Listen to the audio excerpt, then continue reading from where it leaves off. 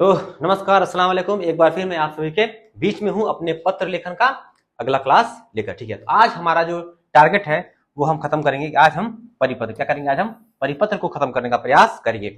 तो इससे पहले हमने इंट्रोडक्शन क्लास लिया था, उसके बाद हमने सरकारी पत्र को पढ़ा था, उसके बाद हमने अर्ध सरकारी पत्र को पढ़ा था, फिर सरकारी और अर्ध सरकारी में हमने अंतर देखा था और भी बहुत ढेर सारी चीजें हम लोगों ने वहां पे कवर अप करने का प्रयास किया था। साथ ही में जो सवाल आए हुए हैं उनको भी क्या किया था, हमने कवर अप करने का प्रयास किया था। तो अगर आप लोग वो वीडियो नहीं देखे हैं तो पहले उन वीडियो को देख लें, क्योंकि ये जो परिपत्र है उनसे क्या है संबंधित है। ठीक है, अगर आप उन वीडियोस को आप नहीं देखेंगे तो ये परिपत्र क्या होगा थोड़ा सा समझना आपके लिए मुश्किल हो जाएगा। ठीक है, तो उन वीडियो को आप देख के आइए, फिर ये परिपत्र वाला क्लास क्या करिएगा, आप अटेंड करिएगा। ठीक है, तो हम परिपत्र शुरू करेंगे। ठीक है, तो परिपत्र में जैसा ही आया आपका है, ये सर्कुलर है। क्या है ये, आप देख रहे हैं ये सर्कुलर है, ये बना है आपका सर्कल से। ठीक है, ठीक है, ये क्या है आपका सर्कल से बना हुआ है। ठीक है, तो सर्कल मतलब क्या होता है, गोला। क्या होता है, गोला, मतलब कि चारों तरफ क्या है, ये चारों तरफ।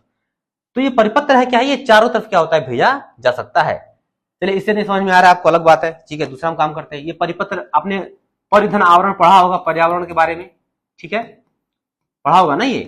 तो परि मतलब क्या होता है, यहां से आपको समझ में आएगा, जैसे चारों तरफ क्या है। ठीक है, परि मतलब क्या होता है, चारों तरफ। वही मतलब पत्र, जो ऐसा पत्र परिधन पत्र, ऐसे करें हम, इसको कर दें तो ऐसा पत्र क्या है जो चारों तरफ क्या हो सके, मतलब सभी दिशाओं में चारों तरफ क्या सके, ये जा सके, ऐसे पत्र को क्या कहते हैं, हम परिपत्र कहते हैं। ठीक है, सिंपल सीधी भाषा में एक ऐसा पत्र जो अपने मूल बिंदु से निकलेगा और एक साथ कई जगह, एक साथ क्या होगा, कई जगह क्या हो जाएगा, पहुंचेगा, वो हमारा कहलाएगा परिपत्र।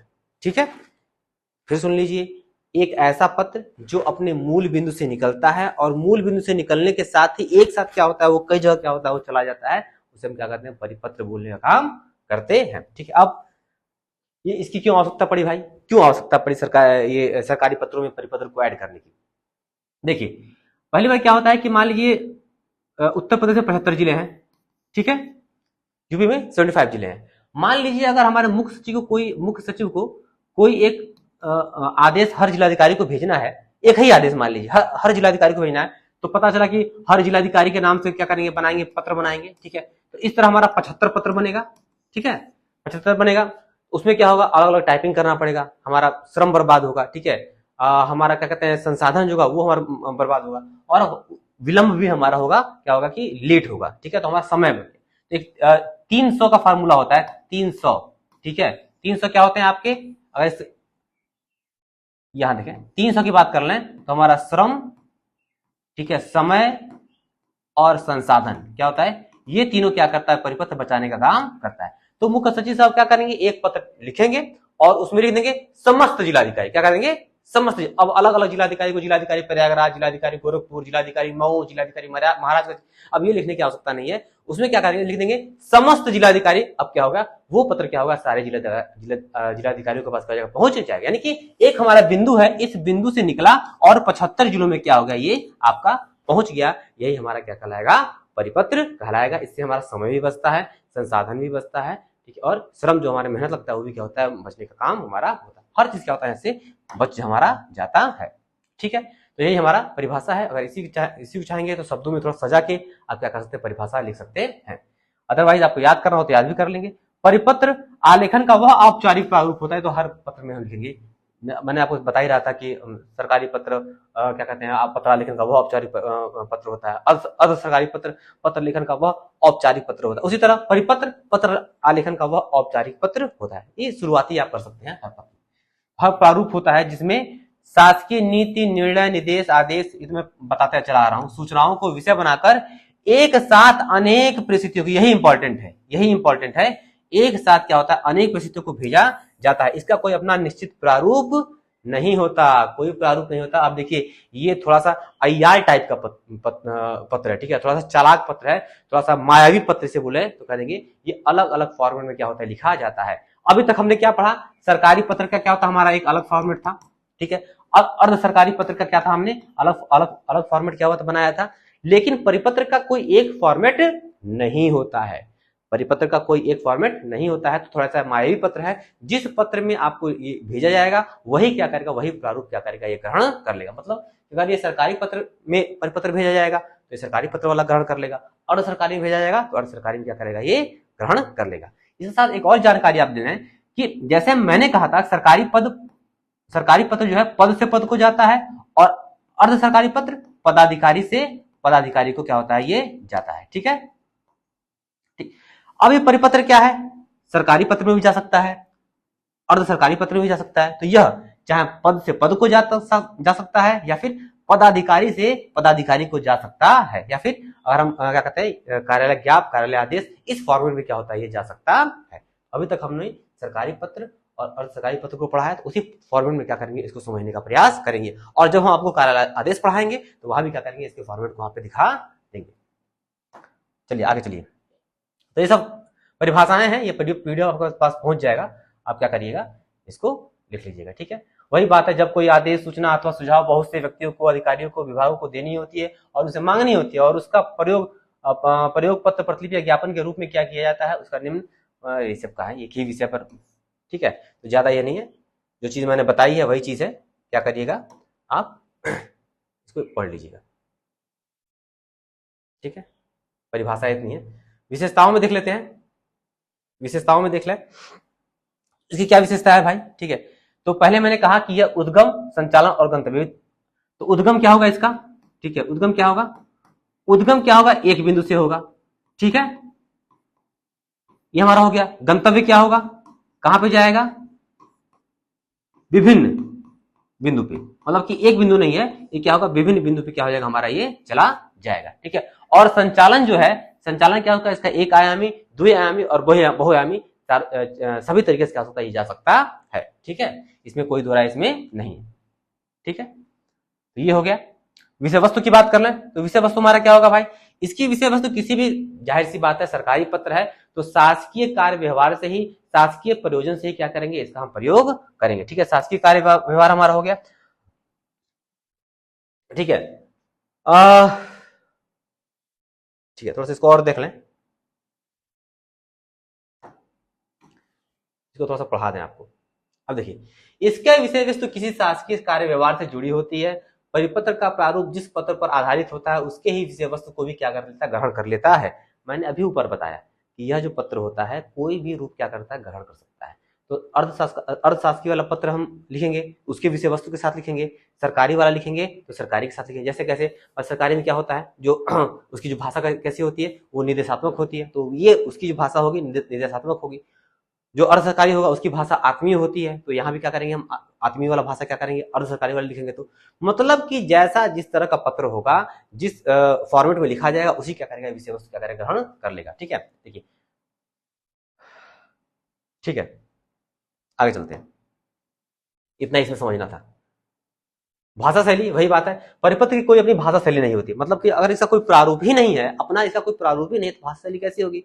सरकारी लिखेंगे तो सरकारी भाषा शैली होगी, अर्ध सरकारी लिखेंगे तो अर्ध सरकारी वाली भाषा शैली होगी। ठीक है, वही मतलब इसको लिखेंगे तो वही है, समय व्यस्त होगा पढ़ेंगे तो।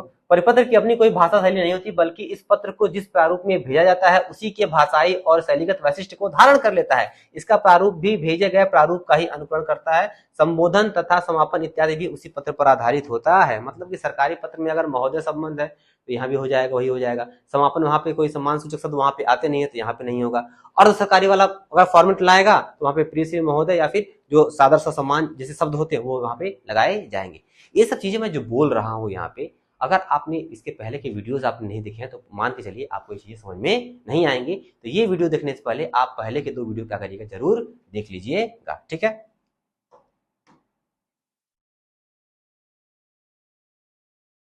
देखिए ये अन्य में पढ़ लेते हैं। क्या है कि परिपत्र अथवा सर्कुलर का शाब्दिक अर्थ ही समान विषयों से जुड़ी हुई सूचनाओं को एक से अधिक व्यक्तियों को भेज जाने से है।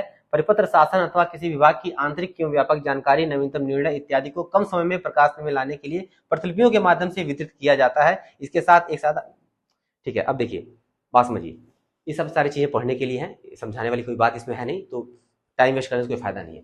अब इसमें एक चीज और दिया हुआ है कि एक सादा पृष्ठ क्या होता है। इसमें एक सादा पृष्ठ क्या होता है, एक सादा पृष्ठ क्या होता है, नथी रहता है। मतलब कि मान लीजिए कोई पत्र गया, ठीक है, तो जिस कार्यालय में जाएगा, जहां भी जाएगा, एक सादा पृष्ठ यहाँ पे नथी रहेगा।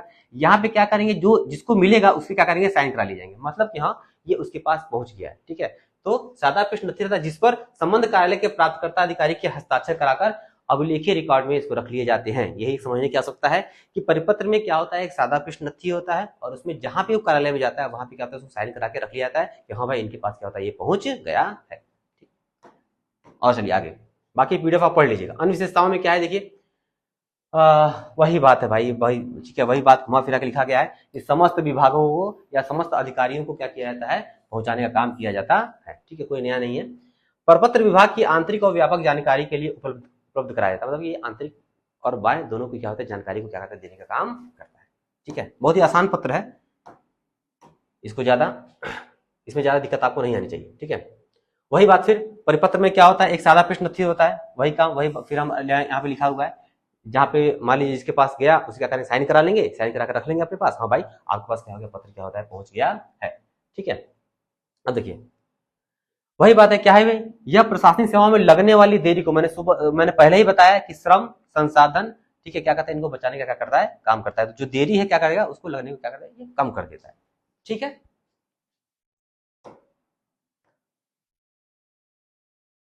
ठीक है, इसको और सुविधाजनक बनाने के लिए कार्यालय में परिपत्र के मुद्रित फॉर्म, एक छपे छपाए क्या होते हैं, एक छपे छपाए फॉर्म रख लिए जाते हैं, क्या उन्हीं क्या करते हैं, भेज दिया जाता है। इसमें क्या ज्यादा आप सोचना इसमें नहीं।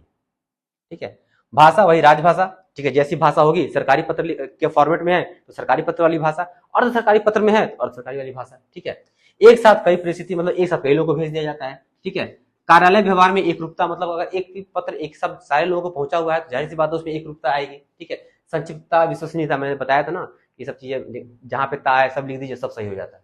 ठीक है, वरिष्ठ क्या होता है, कनिष्ठ क्या होता है, भेजा जाता है, मतलब कि इसमें क्या है, एक समस्या है, ये कनिष्ठ से वरिष्ठ की ओर नहीं भेजा जाएगा, क्या हो जाएगा, ये वरिष्ठ से क्या हो जाएगा, कनिष्ठ की क्या भेजा जाता है। महत्व देख लीजिए, महत्व देख लें अगर आप, वही सारी कहानी है। ठीक है, महत्व अगर आप देख लेंगे तो समय और श्रम की बचत, समय श्रम और संसाधन 300 मैंने वहां बताया था ना, 300। ठीक है, कौन कौन से भाई, श्रम, संसाधन और समय। ठीक है, ये क्या होता है, बचाने का काम ये हमारा करता है। ठीक है, कार्य निष्पादन में तीव्रता आती है, जाहिर सी बात है भाई, एक साथ हम कई लोगों को भेज देंगे तो जाहिर सी बात है कार्य हमारा तीव्र होगा। ठीक है, बहुआयामी होने के कारण क्या होता है, दायरा विस्तृत होता है। अब बताइए, एक साथ हम कई लोगों को भेज रहे हैं तो हमारा जाहिर सी बात है क्या होगा, इसका दायरा क्या हो जाएगा, अलग अलग विभागों में जाता है, अलग अलग क्या होता है कि कार्यालयों में जाता है, तो वहां पे क्या होता है, इसका दायरा क्या होता है, विस्तृत हो जाता है। और कार्य व्यवहार में एक रूपता, मतलब एक तरह का पत्र सबको भेजा जाएगा तो क्या होगा, कार्य व्यवहार में एक रूपता आपकी आएगी ही आएगी। ठीक है, तो ये चीजें थी आपकी समझने के लिए। चीजें आप ये समझिए, सिर्फ इतना समझिए कि एक मूल बिंदु से निकलता है और कई ढेर सारे जगहों पे क्या होता है, पहुंच जाता है। इसमें समय, श्रम और संसाधन की क्या होती है, बचत होती है। इतना याद कर लीजिए, इतना ही लिख देंगे तो क्या हो जाएगा, आपका पूरा नंबर आपको मिल जाएगा। ठीक है, अब इसका फॉर्मेट थोड़ा सा देख लेते हैं। ठीक है, फॉर्मेट इसको थोड़ा छोटा करना पड़ेगा।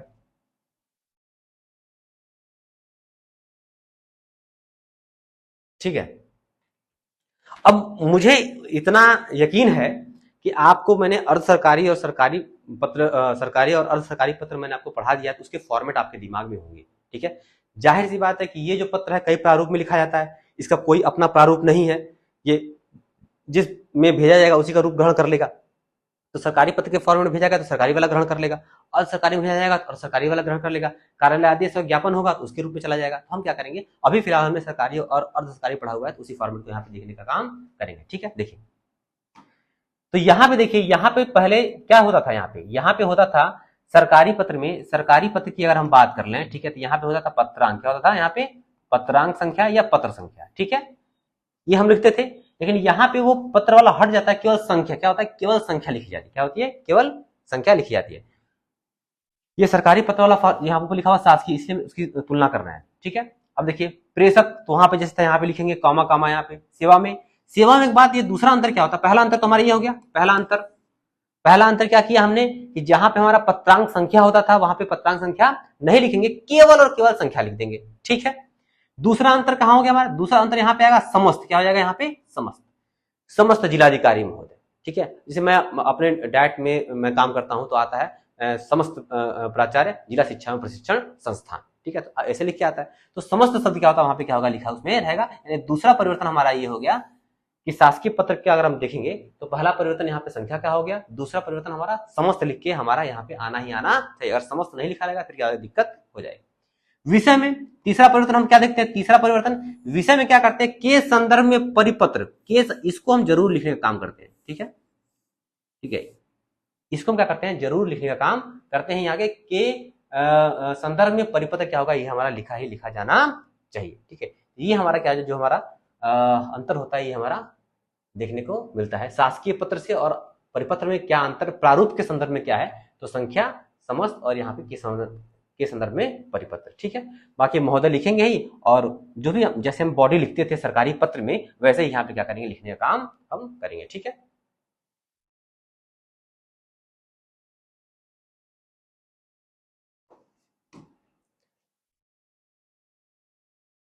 भवदीय यहाँ पे आपका रहेगा ही रहेगा, सरकारी पत्र है तो भवदीय इसमें रहेगा, नाम हस्ताक्षर नाम कोष्टक में रहेगा, पदनाम लिखेंगे, यहाँ पे संकलन, और यहाँ पे प्रतिलिपि। ठीक है, और यहाँ पे आज्ञा से। ठीक है, प्रतिलिपि के बाद जो होता लिखा जाता है ना, उसमें आज्ञा से लिखा जाता है। ऊपर भवदीय रहता है, लेकिन प्रतिलिपि के बाद जो आता है उसमें क्या होता है, आज्ञा से लिखा जाता है। और जरूरी नहीं है यहाँ पे जो अधिकारी है वहीं पे यहाँ भी अधिकारी हो सकते हैं, लेकिन अलग अलग अधिकारी भी हो सकते हैं, क्योंकि जो प्रतिलिपि होती है उसको भेजने का काम कोई और भी कर सकता है। जरूरी नहीं कि जो प्रेषक है वही करे, कोई और भी क्या कर सकता है, प्रतिलिपि का जिम्मेदार अधिकारी हो सकता है। तो सामान्य तौर पर आप लिखिएगा तो यहाँ पे क्या करिएगा, जो प्रेषक वाला होगा उसी को यहाँ पे क्या करिएगा, बना दीजिएगा। ठीक है, और यहाँ पे क्या लिखा हुआ है कि दो बातें बेराम, पहला कि दाएं पार्श्व में केवल संख्या, मैंने आपको बता ही दिया, केवल संख्या लिखा जाता है। ठीक है, और दूसरी समस्त। ठीक है, वही मैंने बताया यहाँ पे वही चीज। ठीक है, यहाँ पे क्या रहेगा, आपका संख्या रहेगा। ठीक है, यहाँ पे क्या रहेगा, आपका संख्या रहेगा, यहाँ पे समस्त रहेगा, और के संबंध क्या है, परिपत्र। ये जो तीन चीजें हैं ये बहुत ही क्या होती है, आपके लिए जरूरी मानी जाती है। ठीक है, ये आपको कंफर्म हो गया। आगे चलते हैं।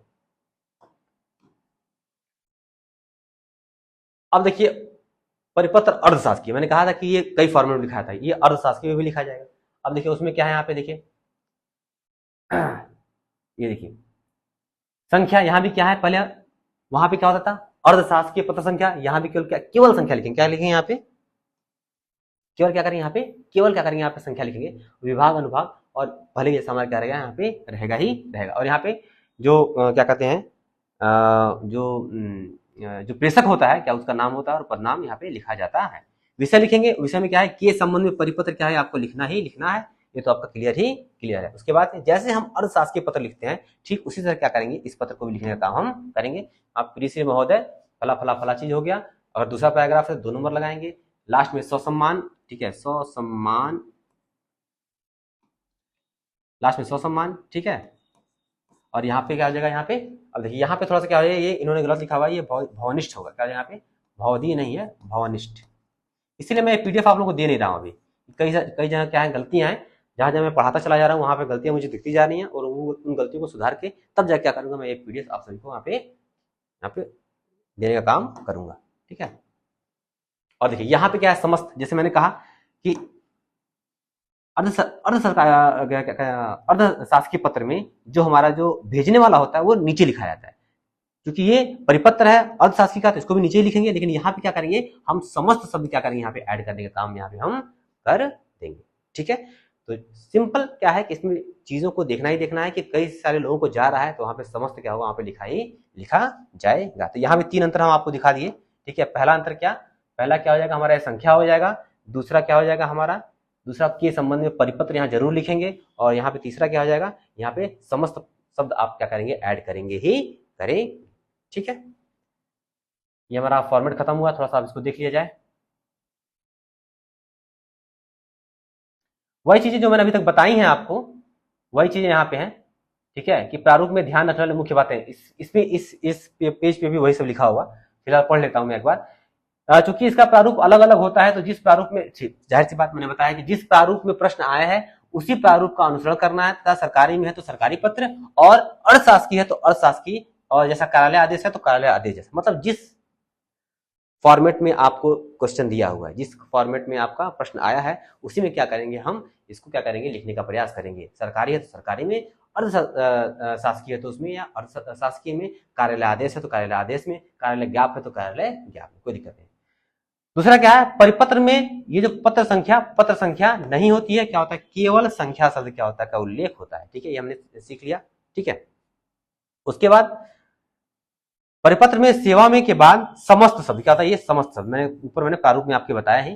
तो संख्या, समस्त, ये सब क्या होती है चीजें वहां पे क्या करनी है, आपको ऐड करनी ही करनी है। ठीक है, देखिए सेवा में समस्त पद, ठीक है, कोई दिक्कत नहीं है। अभी यह है आपका परिपत्र का उदाहरण, क्या है,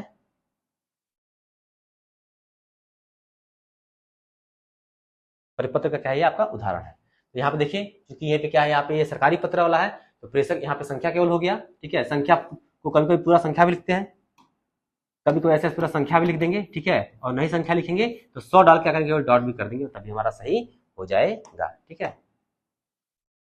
प्रेषक हो गए, सेवा में हो गए। सेवा में यहाँ पे क्या किया हमने, समस्त, क्या है, समस्त लिख ही दिया यहाँ पे, ये भी हमारा सही है। अब तीसरा क्या है, केस में परिपत्र, यह इसको हम अंकित करना ही करना है। तो 1 2 3 3 हमारा अंतर हो गया, यही हमको अक्सर दिखाना है। ठीक है, बाकी सब सरकारी पत्र जैसा है। और सरकारी पत्र आपने पढ़ा है तो इसमें ज्यादा आपको दिक्कत नहीं आएगी। वैसे अर्ध सरकारी पत्र का उदाहरण देख लीजिए, यहाँ पे संख्या हो गया हमारा, यहाँ संख्या हो गया, पहला अंतर। दूसरा क्या है कि परीक्षा में पुनः कराए जाने हेतु एक परिपत्र, देखिए यहाँ पे एक गलती है, यहाँ पे पड़ेगा इनको एक परिपत्र, क्या आएगा, एक परिपत्र के संबंध में परिपत्र। ये क्या करेंगे यहाँ पे थोड़ा सा लिखने का काम हम यहाँ पे करेंगे। ठीक है, मतलब विषय में पता चल जाए कि क्या है हमारा ये परिपत्र आपका है। और लास्ट में क्या होगा आपका, जो लास्ट में जो होगा आपका यहाँ पे क्या होगा, समस्त वाला, देखिए समस्त यहाँ पे दिखा ना, ये हमारा क्या होगा, समस्त हमारा क्या दिखना ही दिखना चाहिए। ठीक है, यही सब सारे अंतर है हमारे परिपत्र में। ठीक है, अब देखिए कार्यालय आदेश का है, तो कार्यालय आदेश चूंकि मैं इसके बाद में आपको पढ़ाऊंगा, तो यहाँ पे देखिए लिखा हुआ है, यहाँ भी लिखा हुआ समस्त अधिकारी। समस्त वाला क्या होता है, यहाँ भी क्या होगा, यहाँ पे ऐड होना ही होना। जैसे मान लीजिए मेरा एक कार्यालय है, ठीक है, डायरेक्ट मऊ, ठीक है, एक हमारा कार्यालय है। इस कार्यालय में 15 प्रवक्ता लोग हैं, तो 15 प्रवक्ता लोग को अगर मुझे कोई सूचना एक इकट्ठे भेजनी है, कोई आदेश अगर इकट्ठे लिखाना है, तो मैं इसमें लिख दूंगा, समस्त प्रवक्तागण को सूचित किया जाता है कि फला फला फला के समय इतने समय आप लोग उपस्थित हो जाए। ठीक है, तो उसमें समस्त क्या करेंगे, अब हर प्रवक्ता को अलग अलग निर्देश देने के बजाय हम समस्त लिख के क्या करेंगे, अपने डायरेक्ट से कार्यालय आदेश वो निकाल देते हैं। वो क्या होता है, सारे लोगों तक क्या होता है, वो पहुंच जाता है। ठीक, तो ये हमारा, अब आगे हम कार्यालय आदेश हम क्या करेंगे, कल पढ़ने का काम करेंगे। ठीक है, तो अब क्या करेंगे, इसके विषय में जो कुछ प्रश्न है उन प्रश्नों को देख लेते हैं। ये थोड़ा सा आसान पत्र था। अगर आपने शासकीय और अशासकीय इसके पहले का जो वीडियो है वो आपने अगर सही से देखा है, सही से समझा है, इस परिपत्र में आपको बिल्कुल दिक्कत नहीं आएगी। 2-3 बिंदु पे बस क्या होता है, थोड़े से अंतर आपको दिखने पड़ते हैं, वो मैंने आपको बता दिए हैं। वो क्या हो जाएगा, आप लिख के चले आएंगे, सब फिट है, नंबर भी आपको मिलना ही मिलना है। एक काम करते हैं, थोड़ा सा हम लोग कुछ क्वेश्चंस को भी देख लेते हैं, कुछ क्वेश्चंस को भी थोड़ा सा हम देख लेते हैं कि कौन कौन से प्रश्न आपके यहाँ पे आए हुए हैं।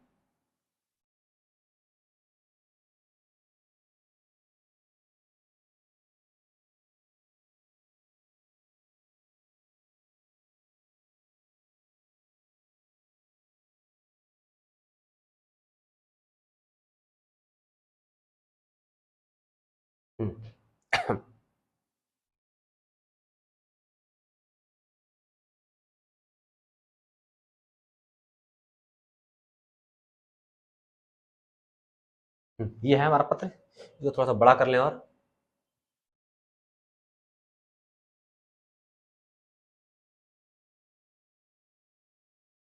ये ठीक है, इसको तो क्या है कि परिपत्र का लिखित रूप में प्रारूप प्रस्तुत कीजिए। उत्तर प्रदेश ROR 2014 में सिंपल पूछा हुआ है कि इसका लिखित प्रारूप, मैंने क्या कहा था, ध्यान दीजिए, लिखित प्रारूप में बच्चे क्या होते हैं, पूरा उदाहरण लिख के चले आते हैं। ठीक है, अब उदाहरण लिख के आएंगे तभी आपको नंबर मिलेगा, डॉट डॉट लिखेंगे तभी आपको नंबर मिलेगा। मैंने कल ही बताया था कि कई सारे मैंने अभ्यर्थियों से पूछा हुआ है, उन्होंने लिखित वाला लिख के आया, उनको भी नंबर मिला, और प्रारूप वाला आया लिख के तो उसको भी नंबर मिला। मेरा जो अनुमान है, मेरा जो विवेक कहता है, ठीक है, वो ये कहता है कि लिखित प्रारूप कोई भी हो, प्रारूप हो, लिखित प्रारूप हो, रेखांकन हो, कोई भी हो, क्या करेंगे, आप सिर्फ डॉट डॉट करके लेके चले आएंगे। हाँ, अगर कोई कंटेंट दिया है, कोई उसमें उदाहरण वाली बात है, तब जाकर हम पूरा क्या करेंगे, उदाहरण लिखने का प्रयास करेंगे। ठीक है, फिलहाल आपके विवेक के ऊपर है, आप अगर उदाहरण भी लिख के आएंगे तो नंबर आपको मिलेगा ही मिलेगा। तो पहले क्या करेंगे, परिपत्र की छोटी सी परिभाषा दे देंगे। परिभाषा देने के बाद क्या करेंगे, पेज, हम पहले तो पेज देखते हैं, पेज हमारा कितना बचा हुआ है, फिर माइंड सेट करते हैं कितना हमको लिखना है, कितना नहीं लिखना है। पेज अगर ज्यादा है तो ठीक ठाक हम परिपत्र की परिभाषा थोड़ी सी विशेषता लिख के हम प्रारूप को कवर करेंगे। अगर नहीं है तो 2 लाइन में परिभाषा देके क्या करेंगे, हम प्रारूप को कवर करने का प्रयास हम करेंगे। ठीक है, दूसरा क्या है भाई, दूसरा भी वही है कि परिपत्र की परिभाषा देते हुए उसका एक प्रारूप प्रस्तुत, सिंपल वही बात है, ठीक है। अब यहाँ पे परिभाषा देते हुए लिख दिया है, यहाँ पे कुछ नहीं दिया हुआ है, एक ही बात है, ठीक है। परिपत्र की विशेषताएं तो उदाहरण बताइए। अब परिपत्र की विशेषताएं, परिपत्र लिखेंगे, उसकी विशेषता भी लिखेंगे और उसका एक उदाहरण लिखेंगे, सिंपल इसमें है, ठीक है।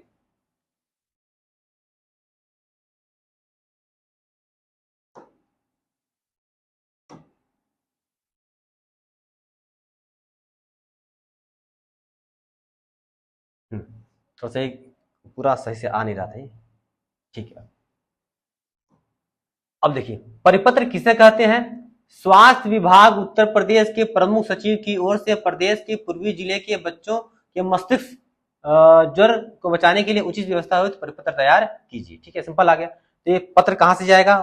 हमारा जो उद्गम है वो कहां से हो रहा है, ठीक है, प्रमुख सचिव की तरफ से, उत्तर प्रदेश के, ठीक है, प्रमुख सचिव स्वास्थ्य विभाग, ठीक है। हमारा क्या उद्गम हो गया, जो हमारे प्रेषक हो जाएंगे, और भेजना किसको है?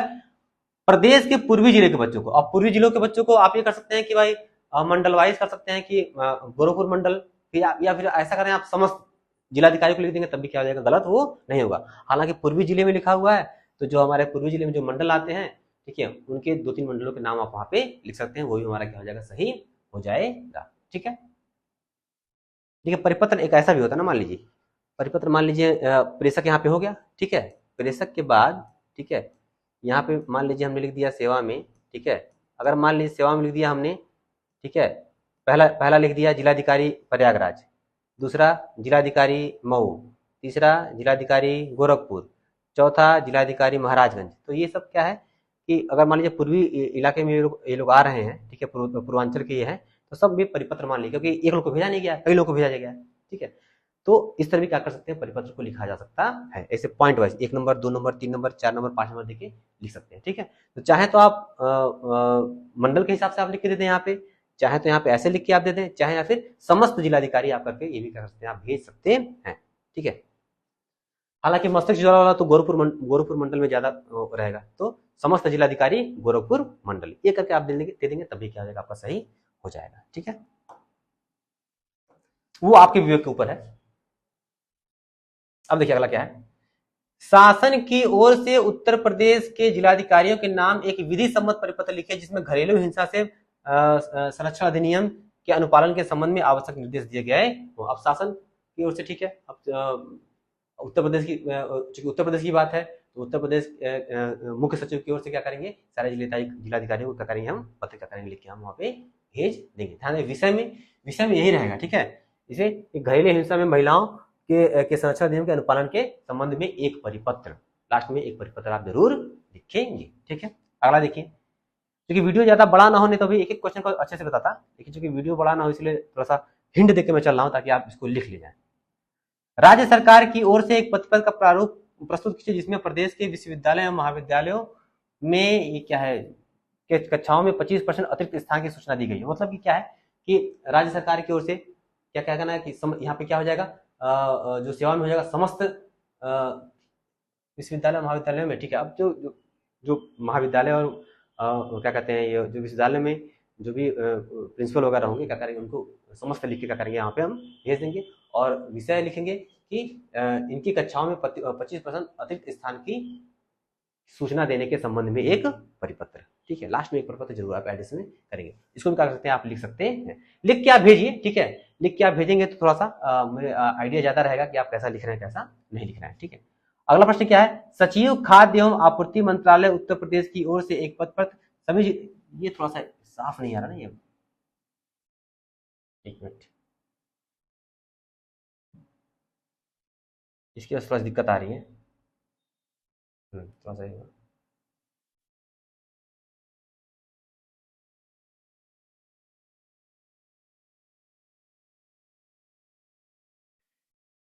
चलिए, ये थोड़ी सा इतना विजिबल नहीं हो पा रहा है, पता नहीं क्यों।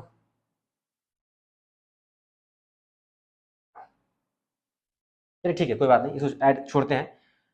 तो फिर सचिव खाद्य एवं आपूर्ति मंत्रालय उत्तर प्रदेश की ओर से एक परिपत्र सभी जिलाधिकारियों को प्रेषित करें जिसमें खाद्यान्न की वसूली की व्यवस्था करने का निर्देश दिया गया है। तो यहाँ पे क्या होगा, आपका प्रेषक आपका ये होगा सचिव खाद्य एवं आपूर्ति मंत्रालय उत्तर प्रदेश, ठीक है, और समस्त जिलाधिकारी हमारा उत्तर प्रदेश ये हो गया, ठीक है। उसके बाद क्या है, विषय क्या हो जाएगा ठीक है, खाद्यान्नों की वसूली की व्यवस्था करने के निर्देश में एक परिपत्र, ठीक है, ये हमारा विषय हो जाएगा। फिर उसके बाद जो लिखना है क्या करेंगे आप वहां पे लिख लीजिएगा। ये सभी सरकारी पत्र वाला है, ठीक है, कोई भी अभी तक अर्ध सरकारी वाला इसमें नहीं आया, ठीक है। तो ये सब कई वर्षों में प्रश्न में पूछा गया है। और फिलहाल ये जो नीचे में लिखा हूं ये भी क्या है, हर साल लगभग क्या हुआ है, हर साल की बात नहीं कर रहा हूं, रेगुलर इंटरवल पे, रेगुलर अंतराल पे क्या है कि इन सब प्रश्नों को पूछा गया है। जैसे परिपत्र और सरकारी पत्र में अंतर बताते हुए परिपत्र का एक प्रारूप दीजिए, परिपत्र और अनुस्मारक पत्र में अंतर बताते हुए परिपत्र का एक उदाहरण प्रस्तुत कीजिए, परिपत्र और अधिसूचना में अंतर बताते हुए परिपत्र का एक प्रारूप या परिपत्र का एक उदाहरण क्या हुआ प्रस्तुत कीजिए, परिपत्र और कार्यालय आदेश में अंतर बताते हुए परिपत्र का एक नमूना प्रस्तुत कीजिए। ये सब जो अंतर है ना, ये अंतर क्या है, बहुत ही बार बार क्या पूछे गए। तो आपको सरकारी पत्र पढ़ाया गया है, ठीक है, तो परिपत्र और सरकारी पत्र में अंतर आप बता देंगे, इसको लिख के आप भेज सकते हैं, ठीक है। परिपत्र और वाले अनुस्मारक आपको भी नहीं पढ़ाया गया, छोड़ दीजिए इसको। परिपत्र और अधिसूचना वाले आपको नहीं पढ़ाया गया, ये भी छोड़ दीजिए। कार्यालय आदेश मान ये भी नहीं पढ़ाया गया। ये तो परिपत्र और सरकारी पत्र में अंतर क्या है, इसको आप लिख के भेज सकते हैं, या फिर एक परिपत्र और अर्ध सरकारी पत्र में अंतर, इसको भी क्या कर सकते हैं आप अभी लिख सकते हैं। ये फिलहाल 3 आप छोड़ दीजिएगा। अभी इसके बाद जो क्लास होगी, इसके बाद कार्यालय आदेश की क्लास होगी, उसको पढ़ लेंगे तो हम ये वाला प्रश्न हैंडल करने की स्थिति में होंगे। उसके बाद हम अधिसूचना वगैरह हम पढ़ने का काम करेंगे, और लास्ट में क्या करेंगे, अनुस्मारक पत्र पढ़ेंगे, ठीक है। तो ये सब आपके प्रश्न हैं, इन प्रश्नों को क्या करिएगा, हैंडल करने का प्रयास करिएगा, लिखिए और लिख के क्या करिए उसको या तो स्वयं से जांच करिए, या फिर कोई ऐसा आपको मिल जाए, ठीक है, जो आपको कोई ऐसा मेंटर हो, कोई ऐसा टीचर हो, कोई सीनियर हो, ठीक है, तो वो अगर मिल जाए, वो कॉपी अगर जांच कर लें तो सोने पे सुहागा आपका हो जाएगा। मुझे आप भेजेंगे तो मैं एक आध दो कॉपीज को मैं चेक कर सकता हूँ, सभी कॉपी को मैं चेक करने की हालत में नहीं हूँ, लेकिन आप लिख के भेजिए, कम से कम ये तो होगा आप लिख रहे हैं। मुझे मौका मिलेगा तो एक दो लोगों की कॉपी क्या करूँगा, उसमें से मैं चेक करने का काम करूँगा। तो फिर एक बार मैं कह रहा हूँ कि निःशुल्क शिक्षा और गुणवत्तापूर्ण शिक्षा के लिए मैं समय निकाल के रात को 12 बजे के आसपास, 11:30, 12, 1:30, 2 इतनी रात को मैं क्या करता हूँ, वीडियो शूट करता हूँ, ठीक है, ताकि ये कंटेंट जो है आपके पास क्या हो जाए, पहुँच जाए, और आप इससे लाभान्वित हो सकें, और आपका जो प्रदर्शन है परीक्षा में वो आपका बेहतर आप कर सकें। तो थोड़ा सा आप मोटिवेशन मिलेगा, ठीक है, थोड़ा सा सब्सक्राइब करिए, थोड़ा सा इसको शेयर करिए, थोड़ा सा लाइक करिए, थोड़ा सा क्या होगा, मेरा भी मोटिवेशन होगा कि हालांकि मुझसे इन सब वीडियो से मुझसे कोई खास जो फायदा इसमें होने वाला नहीं है, ठीक है। मैं सिर्फ मोटिवेट इससे होता हूं कि आप थोड़ी सी प्रशंसा मेरी कर देते हैं, थोड़ा सा मेरा नाम इसमें से हो जाता है, थोड़ा सा मैं भी सेटिस्फाई हो जाता हूँ, ठीक है, मुझे इन सब चीज़ों, जैसे मुझे उस तरह की क्वालिटीपूर्ण मुझे निर्देशन नहीं मिल पाया, मुझे वो गाइडेंस नहीं मिल पाया जो मुझे चाहिए था, और मुझे कोई बताने वाला भी नहीं था। मैं गाँव के इलाके में मैंने पढ़ाई की, 10 साल मैंने वहीं पढ़ा, और वहीं से मैं क्या किया, अब मैं फिलहाल बीसीएस एक ऑफिसर के रूप में यहाँ पे चयनित हूँ। तो मैं ऐसा सोचता हूँ कि मुझे ऐसा निर्देशन नहीं मिला, मुझे इस तरह का गाइडेंस नहीं मिला, अगर आपको ऐसा मिल जाए बेहतर तरीके से, कोई व्यक्तिगत तौर पे निर्देशन कर पाए तो बहुत ही अच्छा होगा।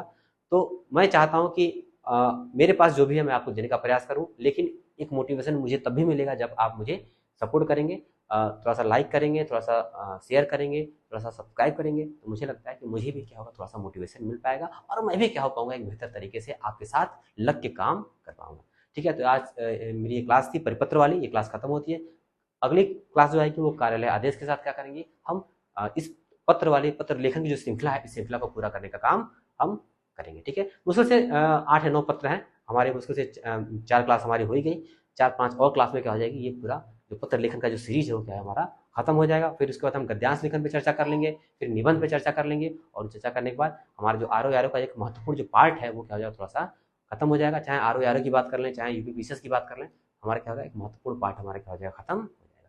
तो अपना प्यार समर्थन ऐसे ही बनाए रखिए, हमको अनुमति दीजिए, फिर मुलाकात होगी अगली क्लास में। तब तक के लिए खुदा हाफिज, बाय बाय, टाटा, नमस्कार, जय हो।